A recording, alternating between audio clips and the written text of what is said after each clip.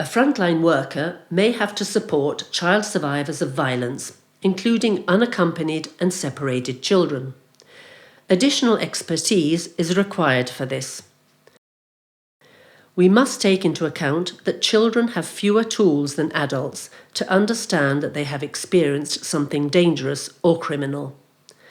In many situations, children are not in a position to express themselves, or they may fear that they will be in danger if they have to recount or report the actions of someone, especially if that person is someone they know or are close to.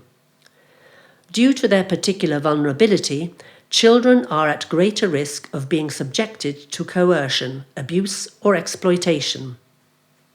Frontline workers supporting child survivors of violence must respect certain principles, which partly reflect the guiding principles analysed in Module 1 for working with GBV survivors.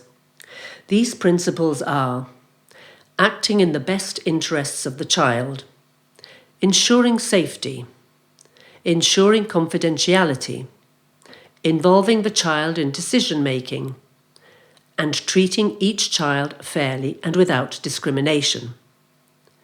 Let's consider them one by one. In every decision and action concerning a child, we must always act according to the principle of their best interests.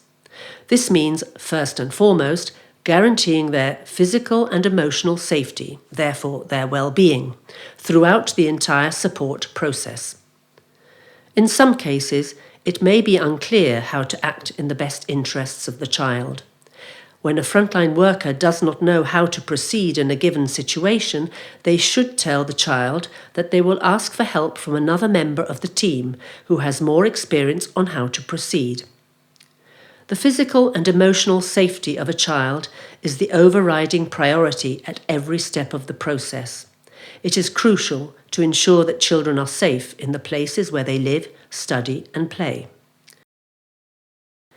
Children who disclose an experience of violence need comfort, encouragement, and support. This means that frontline workers have a duty to understand what the child tells them and to make them feel safe and cared for. Information about the experience of violence must be collected, used, and stored confidentially. It must not be disclosed or discussed with third parties. A child must be asked for their permission to share information, even if it is sharing information with someone who the child identifies as a trusted person. It is good practice for frontline workers to introduce themselves and explain their role. They should make it clear that there are circumstances in which they are obliged to share information. All actors involved in the response to violence against children must understand and clearly communicate the exceptions to confidentiality. Every child has the right to be heard and consulted, and to express their opinion on proceedings that concern them. The level of participation of a child must be proportionate to their age and maturity, however. It is important to use child-friendly language and ensure that children correctly understand the information given to them.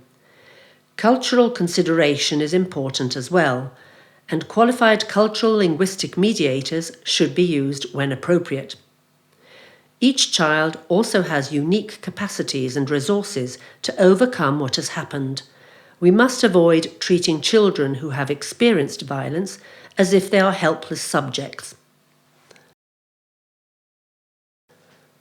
Everyone must be offered impartial support and high-quality treatment and care, regardless of their gender, age, family situation, the status of the person responsible for them, their cultural background, financial situation, any special abilities or disabilities, or any other aspect of their identity.